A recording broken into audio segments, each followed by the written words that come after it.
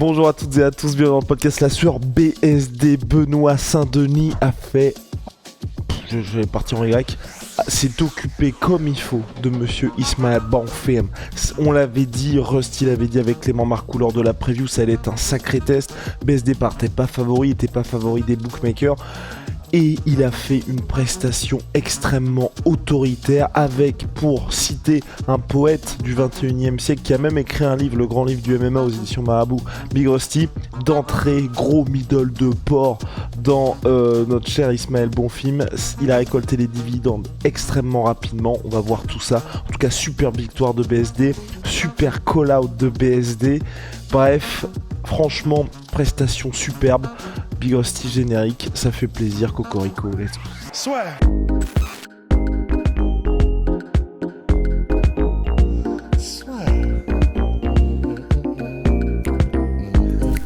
Paris sur le MMA avec Unibet. Quelle sera l'issue du combat? Une soumission? Un KO? Paris sur les meilleures cotes avec Unibet. Ismaël Bonfim contre BSD, ça a duré moins d'un round, mais énormément d'informations, énormément aussi de certitudes pour BSD et surtout une superbe stratégie face à un adversaire qui présentait beaucoup de danger pour BSD. Ouais, c'était impressionnant. Là, vraiment, il faut qu'on se rende compte que ce que vient de faire Benoît, c'est monstrueux. Parce que c'est vrai que Bonfim, on l'avait dit, moi perso, et je crois qu'on n'avait même pas fait les pronos, mais pour moi c'était 50-50, tellement le mec est vraiment chaud et complet et létal, Ismaël Bonfim. Et là, c'est vrai que le fait que Benoît rende ça presque facile, j'étais choqué, j'étais vraiment choqué. Et effectivement, la stratégie, elle est parfaite, qu'ils avaient mis en place du coup avec Daniel Voirin et avec la team de Benoît. C'est un peu comme à l'ancienne quand Boako affrontait des mecs en kickboxing au Japon. En fait, c'est en particulier quand il affrontait des boxeurs, c'est rendre leurs bras inutilisables à force de taper dessus à coups de tibia en fait. Bah là, c'était ça. Donc en anglais, c'est numb arm strategy, donc c'est-à-dire rendre le bras genre, tu sais, comme dans Harry Potter, c'est-à-dire que il devient insensible. Mais c'est réel, hein, c'est vraiment quand tu prends trop de coups de batte, trop de coups de tibia dans le bras, en fait, au bout d'un moment, tu peux plus l'utiliser comme tu l'utilisais à l'accoutumée. Et là, c'est ce qui a dû se passer très rapidement. C'était donc la stratégie employée par la team de Benoît pour justement, comme on savait que Bonfim était très très chaud en anglaise, très bon timing, il fait super mal, des bons combos, c'était vraiment un des trucs les plus dangereux chez Ismaël Bonfim. Bah, ils se sont dit, ok, donc ce qu'on va faire, c'est avancer, lui péter les bras, lui péter les côtes et faire en sorte que, il garde bien sa garde contre son corps et qu'il lève pas trop les bras quand même pour faire le fifou. Et deux, effectivement, que si jamais le combat doit durer 3 rounds, il faut pas beaucoup de middle avec la puissance avec lesquelles les envoyait Benoît pour que ça fasse récolter les dividendes. Et là, honnêtement, c'était impressionnant parce que sur les premiers middle, t'as un peu cette bravado, tu sais, de Ismaël Bonfim, parce qu'on sait que c'est quelqu'un qui est charismatique, qui en veut. Et au premier middle de Benoît, les quelques premiers, tu sais, t'avais un peu Bonfim qui disait, vas-y, donne-en. Enfin, tu sais, qui en rajoutait un peu de, en même temps du cinéma, mais pas que, parce que psychologiquement aussi, il y a probablement que Bonfim, je sais pas si c'était conscient, mais il était en mode, peut-être que si je dis que ça me fait pas mal, peut-être que du coup, il essaiera une stratégie différente, Benoît, ou quoi que ce soit. Généralement, c'est ce que disent les commentateurs, en fait. C'est quand le mec en face rigole ou fait des simagrées quand tu mets un coup, c'est généralement que ça a fait mal plus qu'autre chose. Et en tout cas, il y a un moment donné où direct, on a senti que Bonfim arrêtait les simagrées, justement. Je sais pas s'il s'est fait péter le bras ou quoi, mais ce que je sais, c'est que, alors je sais pas si ça s'est vu, mais en gros, pendant les coupures pub, en tout cas, il y a Bonfim et Benoît qui parlaient après le combat. Et en fait, Bonfim, il a fait ce geste-là à Benoît. Il était en mode comme ça. Enfin, je sais pas ce qu'il a dit, mais il touchait son bras en faisant des grimaces de douleur. Donc bon, c'est une langue internationale, hein, la souffrance. Et là, vraiment, c'était clairement en mode tu m'as éclaté le bras en fait. Et en plus de ça, lorsque l'arbitre a fait lever le bras à Benoît Bonfim pour applaudir, il a laissé son bras donc droit contre son corps et il applaudissait comme ça. Donc en mode quasiment il peut pas le lever. C'est peut-être il y a peut-être autre chose, peut-être que c'est, mais ça me paraît difficile que ce soit quand même une coïncidence. Donc en fait, cette stratégie en middle et en kick, parce qu'en plus, il les variait les niveaux, Benoît, c'est-à-dire qu'il faisait middle, et ça, c'est le grand classique. Et puis à un moment donné, au moment où le mec s'habitue à, ok, je veux plus prendre de middle, parce que là, si je les laisse passer, c'est mes côtes qui prennent, c'est pas bon non plus, et bah tu montes à la tête et ça passe. Et donc c'est ce que tentait Benoît aussi. Et donc ça, c'était pour le striking, clairement grosse emphase sur les kicks. De temps en temps, il a aussi pompé, je crois, il a mis un jab. Enfin, vraiment, voilà. Il essayait quand même de rester assez complet, même si l'emphase était sur les kicks. Au niveau du MMA, bah, c'était impressionnant aussi, parce que le premier takedown, c'est sur un timing, à moitié à la GSP, où en gros, il time, je crois que c'était un direct de Bonfim, il l'amène au sol, du coup, avec difficulté Pas un minimale. direct, c'était bon film déjà à ce moment-là, en fait. C'est vraiment à ce moment-là où moi je me suis dit, oula, c'est bizarre, parce que il y avait BSD qui était en train de le marteler avec les middle et Bonfim qui balançait des énormes overhand en mode, je peux dire panique, mais tu vois, genre, il faut que j'arrive à scorer parce que là, ça devient très très faut chaud. que je le maintienne en respect. Exactement. Ouais. Et là, comme tu dis, timing parfait de BSD. Timing parfait de BSD, et en fait, c'est très intéressant parce qu'il y a cette première mise au sol où quand même, même si à la fin, en peut-être 30 secondes après, 40 secondes, Bonfim se relève, mais avant qu'il se relève, BSD arrive quand même en mount, en position montée. Genre, il passe les gardes en mode c'est du beurre en fait. Donc, il passe en position montée, il arrive quand même à caler un petit peu de ground and pound, et à un moment donné, il y a une tentative enfin, c'est pas un sweep, mais de renversement de la part de Bonfim, et donc les deux se relèvent. Et ce qui est impressionnant, en fait, vraiment, je suis choqué. Ce qui est impressionnant, c'est que donc, et le deuxième takedown, c'est pas sur du timing, c'est BSD, Benoît, qui travaille. Et alors, si je me souviens bien, c'est vraiment, il bosse dessus. C'est-à-dire, il commence, je crois, à l'ouvert, ensuite, il se retrouve contre la cage, et en travaillant, en enchaînant, il arrive à mettre Bonfim au sol. Et c'est presque aussi impressionnant parce que donc, il est face à un mec qui il comprend ce qui se passe. C'est pas du timing où ça se passe sur une demi-seconde et ça se fait comme ça. C'est Bonfim est au courant, il connaît les défenses, et pourtant BSD a réussi à le dépasser et à le mettre au sol malgré ça. Et ensuite, une fois mis au sol, a progressé suffisamment pour terminer par. Alors, a priori, ça avait l'air d'être un écrasement de mâchoire autant qu'un étranglement arrière. Je pense que c'était plus un peu à la Khabib McGregor, la raison pour laquelle a tapé Bonfim. Et en fait, il a call-out ensuite Benoît, mais honnêtement impressionnant. En plus, au niveau de call-out, il est chaud, tu vois. Il a call-out Saroukian ou juste dire Big Rusty, Gamrot. ce que tu m'avais dit en fait que t'as pas redit là, c'est vrai que donc il s'est relevé et BSD l'a expliqué lors de la post-fight interview justement le fait que quand il a remis au sol Bonfim, il avait changé aussi de fusil d'épaule. Si tu peux préciser ça. En fait, c'est ça qui est impressionnant, c'est que il y aura forcément. Là, on est un peu effectivement, on jubile parce que on était évidemment tous derrière Benoît, mais on s'attendait pas à une telle domination, à une telle destruction.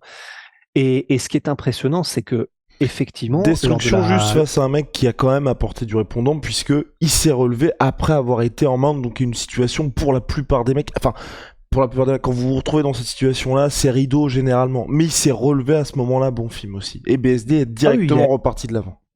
Absolument. Mais c'est pour ça que c'est impressionnant. C'est parce que c'est contre qui il a fait ça, Benoît.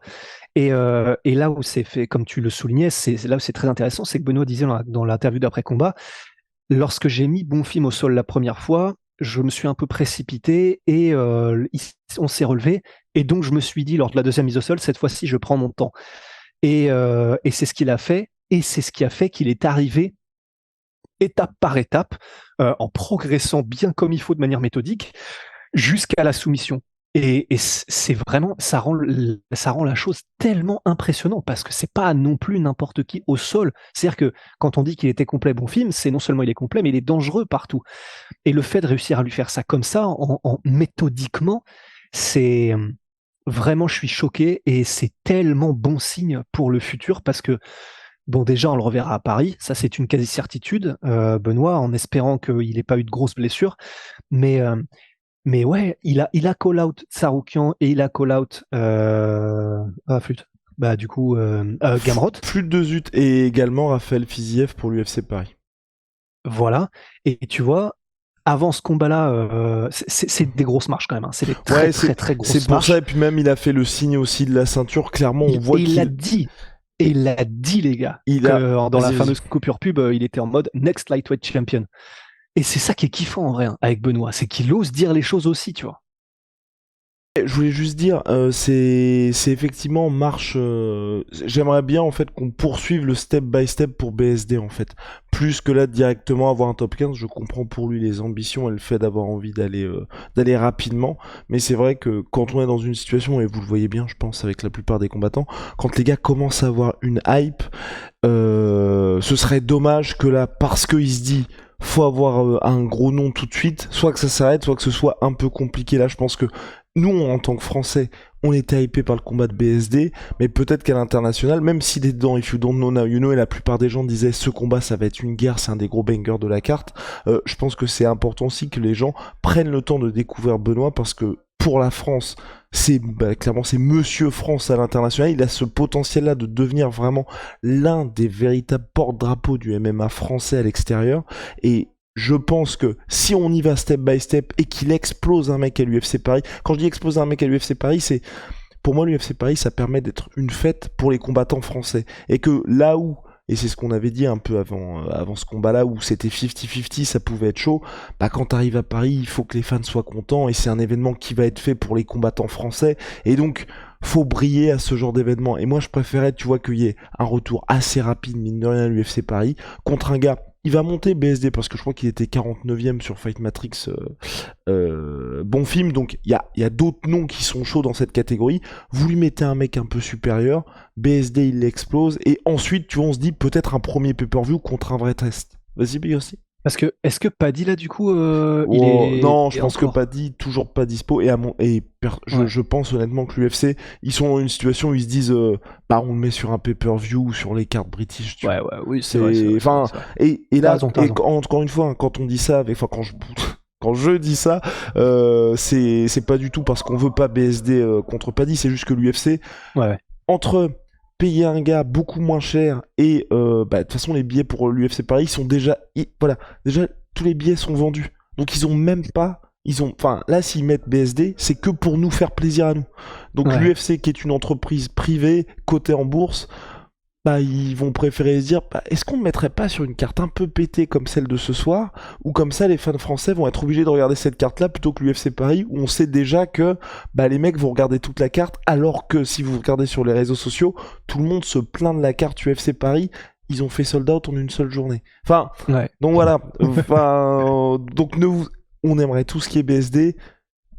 Peut-être qu'il n'y sera pas parce que l'UFC va pas vouloir nous faire plaisir tout simplement. Mais voilà, moi je préférais qu'on poursuive en fait ce step by step, et que quand BSD sera dans une situation où il affronte un top 15, on soit en mode... tu sais, la progression à la Fiziev contre Justin Gaethje, tu vois, où l'UFC l'a vraiment monté graduellement. Quand il y a eu Fiziev-Gaethje, ok, Fiziev a perdu contre Gaethje, mais c'est pas grave, parce qu'on est juste en mode, ok, il a monté les échelons, là il était contre le numéro 2, t'as perdu après un combat qui est très disputé, c'est pas grave en fait. Aujourd'hui, Fiziev reste un gros nom de cette catégorie et on n'a pas de soucis pour son avenir. Alors que si tu montes direct d'un coup, je parle tout le temps de cet exemple-là, mais pour moi c'est le plus criant, c'est le Yair Rodriguez contre Frankie Edgar. Parce que l'UFC, les fans, tout le monde te voit directement comme un potentiel champion. T'as pas de sas de décompression puisque tu passes de BJ Penn que t'exploses à Frankie Edgar qui te fait revenir sur terre. Et ensuite, c'est un chemin qui dure 3-4 ans pour avoir une série de victoires, redevenir un mec crédible sportivement. Quand je dis crédible, c'est au plus haut niveau, et ensuite avoir ce title shot contre Volkanovski, alors que le combat contre, je crois que c'était 2017 ou 2018 contre Frankie Edgar. Donc c'est énorme quand même le temps qu'il a eu avant de retrouver les sommets à Rodriguez. Et pour BSD, moi je préfère un truc où il prend le temps, on avance, mais bien évidemment, je ne suis pas BSD et je sais que entre avoir un Fiziev qui va te rapporter beaucoup d'argent, beaucoup de sponsors, beaucoup d'images, ou un mec comme Bonfim où t'es obligé d'expliquer, où on est obligé d'expliquer que le gars est chaud, c'est le jour et la nuit. Ouais, non, c'est sûr, mais c'est vrai qu'après, en plus, là, honnêtement, vu ce qu'il vient de faire contre un gars qui était très, très, très, très chaud, là, à mon avis, effectivement, là, un top 15, c'est peut-être un peu tôt, même si ça se trouve, il peut. Si ça se trouve, il peut. Là, il vient de montrer qu'il était un cran au-dessus d'un gars qui était vraiment vu comme un vrai problème. Mais je serais plutôt d'accord pour dire, à la limite, encore un, genre un mec que tout le monde estime à un niveau genre bon film ou même un peu au-dessus, mais qui est pas forcément classé. Et ensuite, si c'est rebelote et que Benoît le dératise comme ça, bah là, effectivement, même l'UFC sera en mode bon, ok. Ça veut dire qu'en fait, quand c'est des gars qui sont pas classés, Benoît les tamponne et en fait, les mecs peuvent rien faire. Donc, ça veut dire probablement que les seuls gars qui pourront arrêter ce God of War, bah, ce sera un top 15.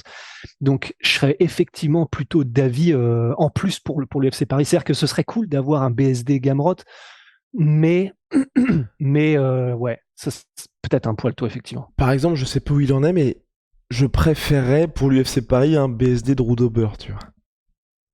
Ouais, Tu vois, voilà. ouais. Un mec qui est un peu connu, on se garantit une guerre, mais enfin, je suis très confiant pour BSD dans ce choc-là, et c'est logique comme progression. Et en cas de victoire, bah là, effectivement, tu peux affronter un mec du top 15. Je sais pas s'il est dispo, Drew Dober, mais là, et en plus, ce serait stylé parce que ça fait vraiment genre Monsieur France contre Captain America, quoi. Ouais. Parce qu'avec sa mâchoire là qui n'a aucun sens, Drew Dober. Alors, worldwide, et on est où? On est en lightweight. Je suis sur Tapologie, je kiffe la manière dont c'est organisé. Alors, Drew Dober. Alors, sachant que les rankings Tapologie, bien évidemment, puisque c'est MMA et pas UFC, sont pas exactement les mêmes qu'à l'UFC. Mais alors, Drew Dober, eux, ils le mettent 17e Tapologie, et il n'a personne de prévu pour l'instant. Eh bah parfait, ne nous remerciez pas l'UFC, on vient de faire le matchmaking parfait pour l'UFC Paris. Mais après, tu vois, en vrai, alors c'est pas ce que voulait BSD, mais là, sur Tapologie, il est 11e, un mec comme Moïcano, s'il est ranké à l'UFC, en vrai, ce serait un top 15, et franchement, un BSD Moïcano, je suis chaud, et c'est top 15, tu vois. Bah, suivre Big Austin. Attends, let me check, lightweight. Il est 13e, Moïcano, hein. Et même un mec comme Matt Frevola, putain. En fait, la raison pour laquelle, parce que c'est simplement que les noms Tsaroukian, Gamrot et Fiziev, c'est pas que top 15, parce que eux ils sont même top 10, même top 5 pour certains. C'est juste que c'est vraiment, on sait à quel point ils sont des tueurs à gages absolus et à quel point c'est une marche. Mais pour autant, je retire ce que j'ai dit dans le sens, faut voir, c'est peut-être un peu tôt, mais des noms comme Moïcano, qui est ultra dangereux, il est pas au top 15 pour rien, Jalin Turner ou Matt Frevola, c'est des tueurs, mais je serais intéressé de voir un combat contre BSD. Faut pas qu'on s'enflamme trop. C'est pour ça que c'est mieux, je pense, d'avoir un combat d'abord contre un autre mec chaud, et dont Drew Dober, tu l'as dit, en ferait partie. Mais il y aurait des match-ups intéressants. Écoute, Birosti, seul l'avenir nous le dira. Ouais. C'était BSD contre Ismaël Bonferme et une très belle victoire de Monsieur Benoît Saint-Denis. On espère l'avoir à l'UFC Paris. UFC, écoutez-nous. Shout out à my sweet pea, my sweet protein. Moins 30% sur tout my sweet pea avec le code la sueur. Et puis Onae, ce sont nos savons made in France, disponibles sur Onae, HONAE.fr. On a sorti quelques bangers, dont le Tiger qui vient de sortir, bientôt sold out déjà, et puis parfait pour l'été, le freezer qui vous rafraîchira même en période de canicule. Et puis c'est made in France, artisanal et naturel, bon Dieu.